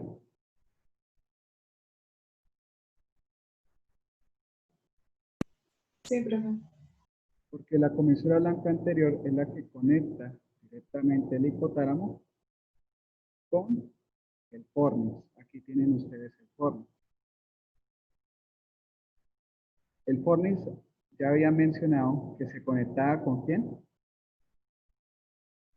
Con el hipocampo, ¿se acuerdan? No logro escribir. Con el hipocampo.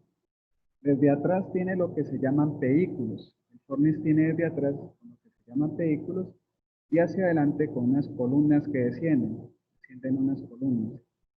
Pero entonces la parte importante es como a este nivel el fornix se está conectando hacia adelante con el hipotálamo a través de la comisura blanca anterior que está en esta zona. Vamos a ver si lo vemos en las imágenes aquí al principio.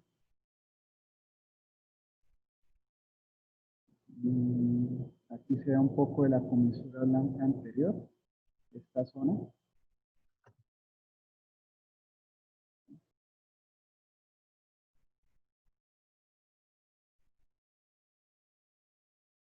Nuevamente para reforzar entonces, veamos acá, estructuras que ustedes ya hayan visto. Nuevamente hablando de tálamo. Aquí tenemos, ¿cómo se llama esta estructura? ¿Y esta?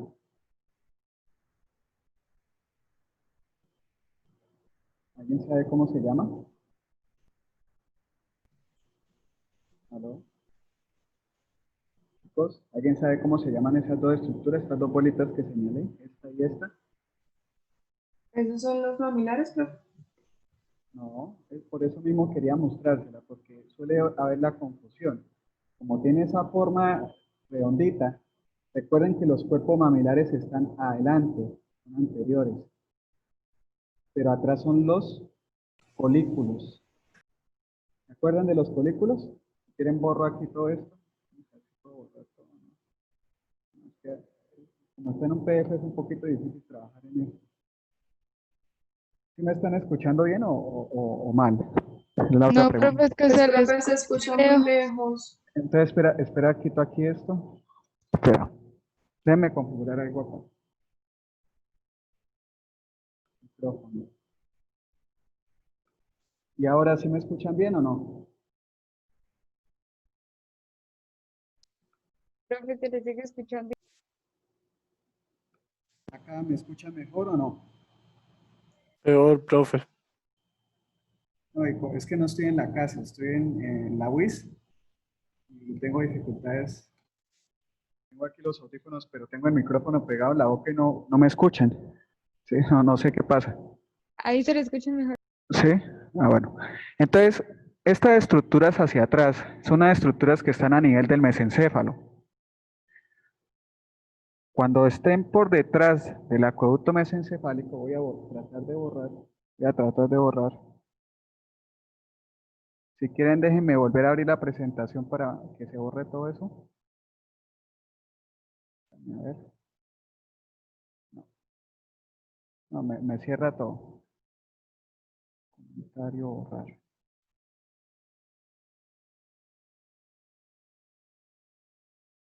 Que reforcemos todos estos temas.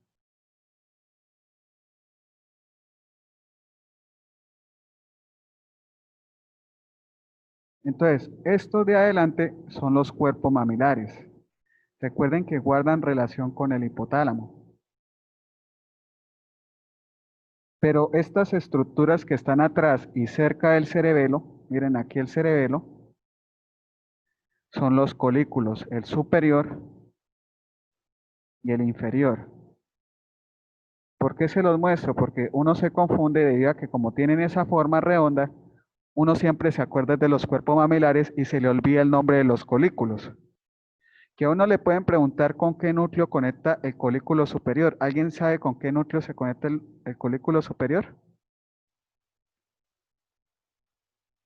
¿Se acuerdan de los núcleos geniculados? ¿Sí? El superior con el geniculado lateral y el colículo inferior con el geniculado medial. Entonces tengan en cuenta esa característica. Adicional de que adelante de ellos pues va a estar esta estructura, este conducto. ¿Alguien sabe cómo se llama este conducto?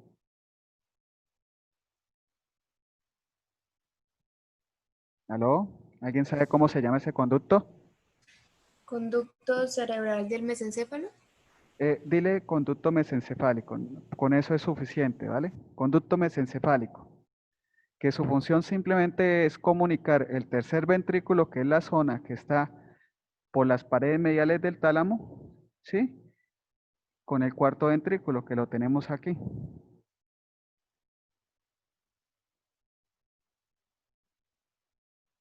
Otras funciones que tiene el tálamo, aparte de ser un centro de relevo, son funciones asociativas. ¿Sí les habían mencionado eso? Ya sabemos que es un centro de relevo porque las fibras que llegan a él son de diversos tipos. ¿Dónde es que lo teníamos? Acá, ¿sí? Pero cuando hablamos de un centro asociativo es porque él hace relevos entre él, como aquí en esta zona. Entonces, hace retroalimentación para un lado y para el otro, haciendo asociación. Entonces, hace asociación entre lo motor y lo sensitivo. ¿Vale? ¿Cuáles núcleos suelen ser asociativos? Por ejemplo, el pulvinar del tálamo que lo tenemos acá atrás. Es uno de los más grandes que hay. Es asociativo. El que tiene que ver con corteza límbica. ¿Sí? El núcleo medial del tálamo. Y el otro que es asociativo es el núcleo anterior del tálamo. Esos suelen ser asociativos. O estos otros también funcionan, pero principalmente están esos tres. Entonces, ¿qué dudas tienen entre esto? Chicos, para reforzar con esto, ya que el profe dijo que corteza lo vamos a manejar luego. ¿Qué dudas tienen?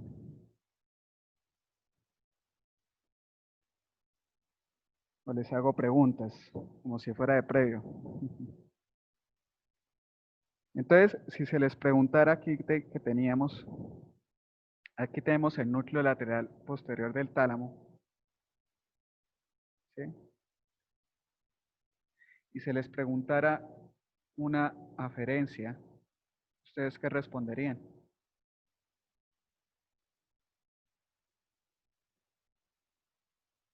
Si se les preguntara en relación a eso una aferencia, ¿ustedes qué responderían, chicos?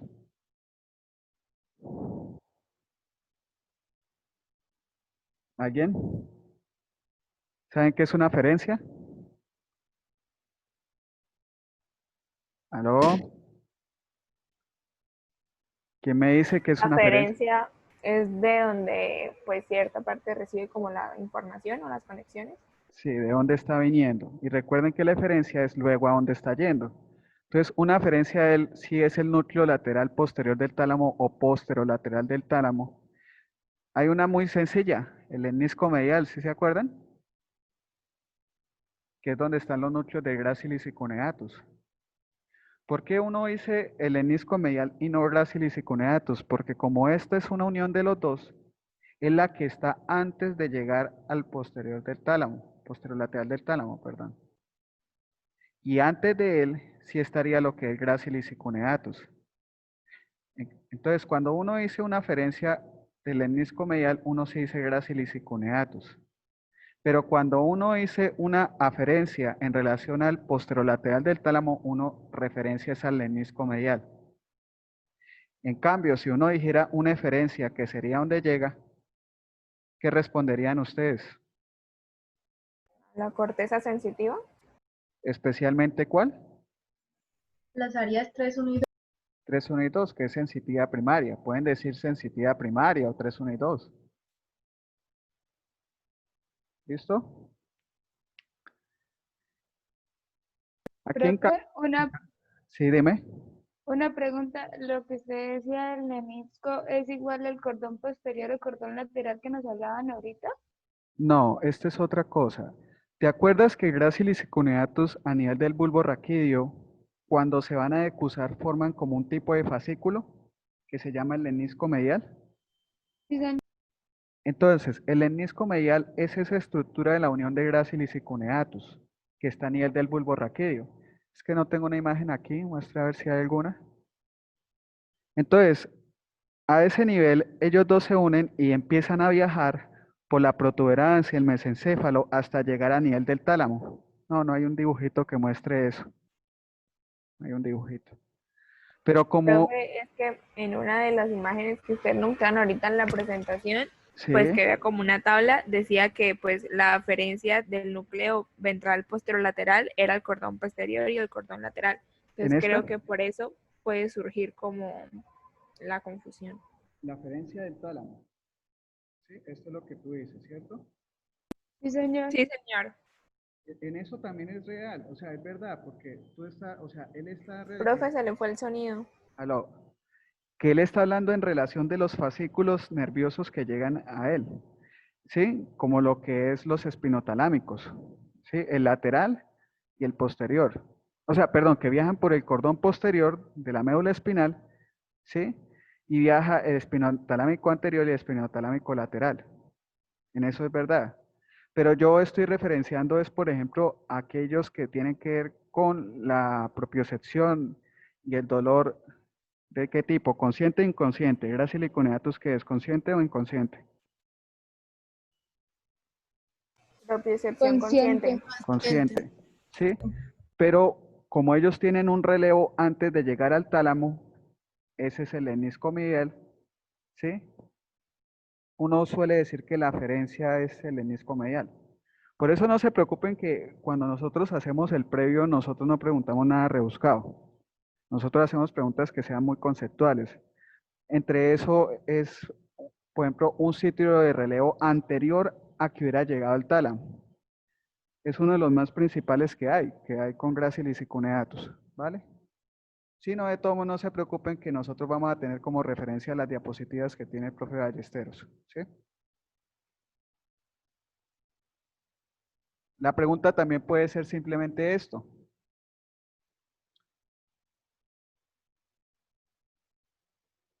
Hay un tracto que viaja desde los cuerpos geniculares hasta la corteza visual, ¿sí? Y se le llama el genículo estriado. ¿Sí lo habían escuchado o no de casualidad? ¿No? Entonces uno diría, "No, yo tengo ahorita el lápiz acá, esto no sirve". Uno podría preguntar, corteza visual. Todavía no la han visto, pero recuerden que la región posterior del cerebro es corteza visual. Y en ese sentido, preguntarles, dígame una aferencia. Las opciones son múltiples. Ustedes pueden decir, ¿cuál cuerpo geniculado? ¿El lateral o el medial? Lateral. El lateral, listo. Puede estar dentro de las opciones múltiples, que no esté el lateral, sino que esté el tracto, perdón, geniculoestriado. Entonces, ese tracto se suele llamar geniculoestriado, ¿sí? Es para que conozcan los otros nombres de esas vías. Genículo estriado.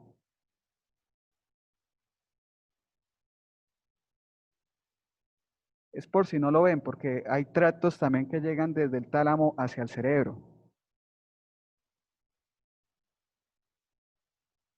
¿Qué otra cosita les puedo hablar? ¿Qué dudas tienen aparte del hipotálamo?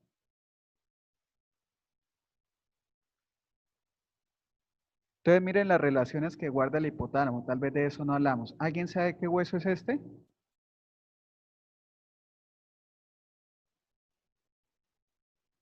¿Alguien sabe qué hueso es ese o no? ¿No? Esto es la silla turca, chicos. Esta zona sí la habían escuchado, me imagino. Esta zona es la silla turca. Y donde se deposita la hipófisis es el receso hipofisiario. Así se llama, receso hipofisiario. Entonces, la silla turca es formada en su parte posterior por el hueso occipital y en su parte más anterior por el hueso esfenoidal. ¿Sí habían escuchado eso en clase? Entonces uno puede preguntarle, ¿la hipófisis con quién se relaciona? Se relaciona con la silla turca, que es en el hueso esfenoidal. ¿Sí? ¿Y ustedes saben qué cavidad es esto? ¿Ustedes saben qué es eso de ahí? La cavidad esta grande que hay acá. ¿Sí saben qué es o no? ¿Sí vieron relaciones cuando vieron estas estructuras o no? ¿O se las digo? Díganme ustedes por qué. Profe, si no las pudiera decir, porque no. Listo, ok. Eso se llama el seno esfenoidal. Son senos de la cavidad nasal. Entonces, hablemos algo de relaciones para que tengan en cuenta eso. El hipotálamo guarda relación con el cuerpo calloso, ¿cierto? Especialmente con la parte final de él, que es el pico. Este es el pico del cuerpo calloso. Y lo que es la comisura blanca anterior. A nivel cerebral se relaciona con el área más frontal que tiene el cerebro. Perdón, más frontal y basal. Esta es el área preolfatoria. ¿Se acuerdan que el profe Ballesteros les dijo que el par craneal, lo que es el olfatorio, no llega al hipotálamo ni al tallo cerebral, sino que llega al cerebro? En esa zona es donde llega precisamente el olfatorio. ¿Sí? Se le llama área preolfatoria. Y dependiendo de lo que se necesite, si genera algún tipo de influencia emotiva o no, puede mandar señales hacia lo que es el hipotálamo. También lo que nosotros tenemos aparte del tálamo es unas zonas que se llaman el subtálamo. Esta zona de abajo es el subtálamo. Y el subtálamo es conformado por esto oscurito que ven acá, que son la sustancia negra, específicamente algo que se llama la corona de la sustancia negra. También la corona de los núcleos rojos. Creo que en una imagen podemos ver lo que son los núcleos rojos. Un segundito. Entonces miren acá. Esto que tienen acá, ¿sí lo ven? Eso es la sustancia negra. Y esta bolita que está aquí hacia atrás son los núcleos rojos. ¿Sí los ven ahí? Para que los conozcan. Entonces, si a uno le preguntaran esta estructura y con qué núcleo del tálamo se conectan, ¿con cuál se conectaría? Por aquí teníamos la imagen. ¿Con cuál de esos núcleos se conectaría? Los núcleos rojos. ¿Se acuerdan de este? El ventral lateral del tálamo. Entonces, nuevamente, pueden uno colocarle una imagen así, que se vean los núcleos rojos. Y que le pregunten a usted, dígame una diferencia Entonces no se les olvide que él se conecta con el ventral lateral del tálamo. Y esta zona, si fuera en general, sería el subtálamo. En cambio, hay otros núcleos que se llaman los núcleos subtalámicos.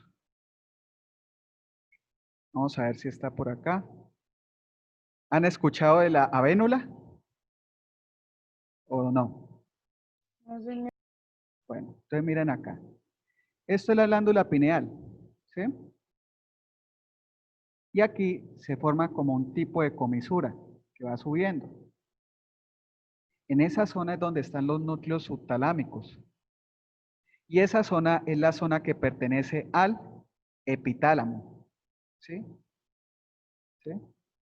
Al tálamo que está encima del tálamo, que corresponden a los núcleos subtalámicos y al trígono de la vénula. ¿Para qué sirve esa zona? Yo ya les había dicho para qué funcionaba la glándula pineal. ¿Para qué servía? ¿Para regular qué? Regula el sueño. Recuerden que regula el sueño. Entonces, el epitálamo tiene que ver con la regulación del sueño. Otra estructura que se relaciona con el tálamo son el núcleo caudado, si lo han escuchado. Aquí tenemos su cabeza y por aquí atrás debería estar su cola. ¿Por qué no se logra ver? Porque como el núcleo caudado lo rodea, cuando uno tiene estos cortes solo ve la parte delantera y la parte trasera del núcleo caudado, que es esto y esto. Pero cuando uno tiene un tálamo completo, vamos a ver aquí.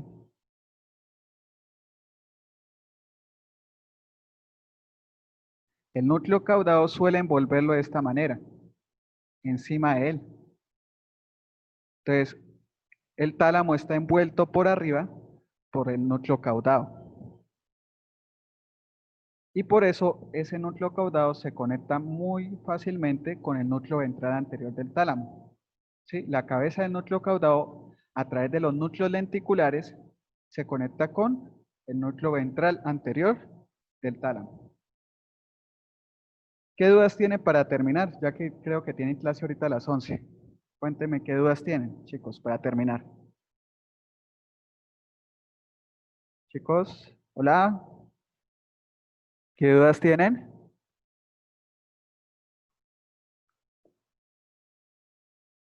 ¿Aló, chicos? ¿Qué dudas tienen de esto?